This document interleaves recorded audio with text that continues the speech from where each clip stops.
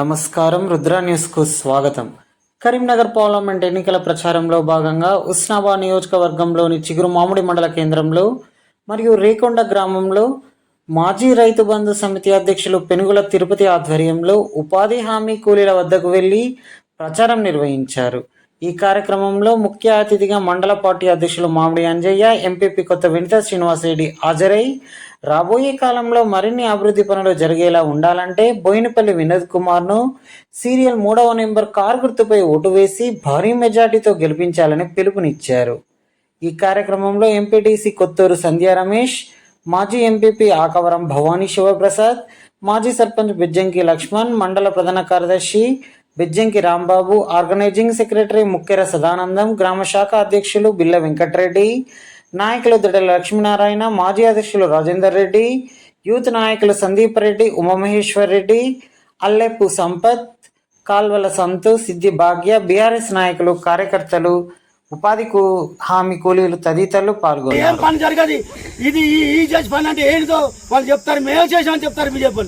అది కాదు, ఇది చేసింది ఎప్పుడు ఆల్ పార్టీలు కలిసి ఢిల్లీలో కూర్చుండి ప్రజలకు ఏ పని అయితే అక్కడికత్తాన్ని తీర్మానం చేసిన ఆల్ పార్టీలు కలిసి చేసిన పనులు ఇవి. ఉపాధి ఏమంటే దయచేసి మీరు ఎవ్వరు కానీ ఎవరిని చెప్పిన మాట నమ్మద్దు. ఇప్పటికే మోసం పేరు మీకు తెలుసు, మీరు హృదయాలు కొట్టుకుంటానే, ఎందుకంటే మోసం చేసిన వాళ్ళే చూస్తా తెలుసు. కాబట్టి దయచేసి పేరు పేరున మా అక్క చెల్లెలందరికీ ధన్యవాదాలు. జై తెలంగాణ, జై కేసీఆర్, గుర్తుకే కారు గుర్తుకే. ఇప్పుడు మీ ముందు మన చిగురుమామిడి మండలం ఎంపీ గారు వింతా శ్రీనివాసరెడ్డి గారు ఇక్కడ రావడం జరిగింది. దయచేసి మా అక్కలు మా చెల్లెలంతా నిశ్శబ్దంగా ఉండి వినాలని కోరుతున్నాం. మన చిగురుమామిడి మండలం రేకొండ గ్రామ ప్రజలకు, ఇక్కడికి వచ్చిన మా కార్యకర్తలకు, ప్రజాప్రతినిధులకు, మా చిగురుమామిడి నుంచి మా ప్రజాప్రతినిధులకు ప్రతి ఒక్కరికి కూడా నేను హృదయపూర్వక నమస్కారాలు తెలియజేస్తున్నాను. అమ్మ, మా రేకొండ ఆడబిడ్డలు, అన్నదమ్ములు అందరికి కూడా ఒక చిన్న మాట అమ్మ, నేను మీ అందరూ కూడా మార్పు కావాలి. కేసీఆర్ సార్ మాకేం చేసిండు అనేది మీకు ఎందుకు అర్థం కాలేదో తెలియదమ్మా. మార్పు కోసం మీరు కాంగ్రెస్ ప్రభుత్వాన్ని తీసుకొచ్చుకున్నారు. మరి ఏం సాధించుకున్నారో మీరే చెప్పండి. మీరు ఒక్కసారి ఆలోచించండి. బస్సు అనేది మీ ఉపాధి హామీ పథకానికి వస్తుందా? దించుతుందా? ఇక్కడ బస్సు అనేది మిమ్మల్ని ఎవరైనా దించిందా? ఉపాధి హామీ పథకం కాడ, పొలం పనుల కాడ ఎక్కడైనా దించుతుందా? మనం రోజు బస్సు ఎక్కి ఊరికి వస్తాం. మరి మన ఇంట్లో గడిచేది ఎట్లా? ఒక్కసారి మీరే ఆలోచించండి. బస్సు పథకం ఏమన్నా మనకు వనికెత్తుందా? అదే ఇట్లాంటి ఉపాధి హామీలల్లా ఎన్ని పైసలు పడుతున్నాయి నీకు, నువ్వెంత కష్టం చేస్తున్నావు అడిగే ఎవరన్నా ఉన్నారా? వచ్చిండ్రా ఇప్పటి వరకు?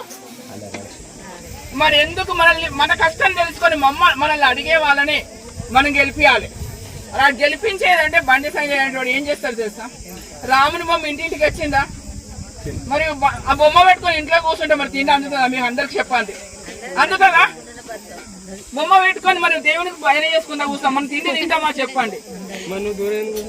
అందరి కూడా ఒక్కటే నేను కోరేది, ఇన్ని రోజుల కోవిడ్ వచ్చింది, ఎన్నో కష్టాలు పడ్డాం. అప్పుడు ఎప్పుడన్నా బండి సంజయ్ అనేటోడు కానీ మీకు ఎవరన్నా ఇంటికి వచ్చిందా చెప్పండి? ఎట్లున్నారు బిడ్డ, ఎట్లా తట్టుకున్నారా కోవిడ్ నుంచి అని అడిగినరా? ఎవరన్నా అడిగినరానమ్మా? మరి అడిగినప్పుడు మీరు ఒక్క చీర కొనుక్కునేటప్పుడు 100 సార్లు ఆలోచిస్తారా లేదా? ఇది నాణ్యమైన చీర కాదా అని, ఇది ఎన్ని రోజులు అవుతుంది, ఎన్ని రోజులు కూడుతుందని ఆలోచిస్తారా? 100 రూపాయలు పెట్టే కానీ మరి మీరు తిండి కోసం ఇన్ని కష్టాలు పడుతుంటే తెలుసుకొని నాయకుడిని ఎందుకు కోరుకుంటారమ్మా? ఒక్కసారి ఆలోచించండి. ఓటు అనేది మీ చేతిలో. మాకు ఆ ప్రజాప్రతినిధి పనిచేస్తలేడు, ఈయన పనిచేస్తలేడు, మా అందరినీ ఎన్నుకుంటున్నాము అని అంటారు. మరి ప్రజాప్రతినిధి మీరు తప్పు చేస్తాను, మీరే తప్పు చేస్తాను. ఏదో పైసలకు ఆశపడ్డారు, కాంగ్రెస్ ని గెలిపించిండ్రు, ఏం సాధించుకున్నారమ్మా చెప్పండి? కళ్యాణ లక్ష్మి మీ ఊరికి 20 శక్తులు వచ్చినాయి కాంగ్రెస్ ప్రభుత్వం వచ్చినాక. ఎవరికైనా తులం బంగారం ఇచ్చిందా చెప్పుంది? నేను పేర్లు చెప్పుకుంటే వాళ్ళు చెప్పు ఇప్పుడే. మరి అందుకున్న వాళ్ళకి తులం బంగారం వచ్చింది అమ్మాట, మేము అందరం వెళ్ళిపోతాం ఇక్కడ నుంచి. మిమ్మల్ని ఓటే అడిగాం. పెన్షన్ పెరిగిందా? 4000కు పెరిగిందా? 2 లక్షల మహాలక్ష్మి పథకం మీకు ఇంటికి వస్తున్నాయి. ఆ డబ్బులు ఇంటికి వస్తున్నాయి 25,000. మరి ఇవన్నీ రానప్పుడు మళ్ళా కాంగ్రెస్ చేసుకొని మళ్ళీసారి మనం మోసపోదామా? మోసపోయిన వాళ్ళు మోసపుచ్చడానికి వాళ్ళు ఉన్నారు, మీరు మోసపోవడానికి రెడీగా ఉన్నారా? మరి దానికి అందరికీ నేను ఒక్కటే కోరేది, కారు గుర్తు కోరేయండి, వినోద్ గెలిపించండి. 3వ నంబర్ ఇగో వినోద్ కుమార్ సారు మనకి ఎన్నో అభివృద్ధి పనులు చేసిండు. మన కోసం మాట్లాడి అక్కడ హిందీ ఇంగ్లీష్ అన్ని భాష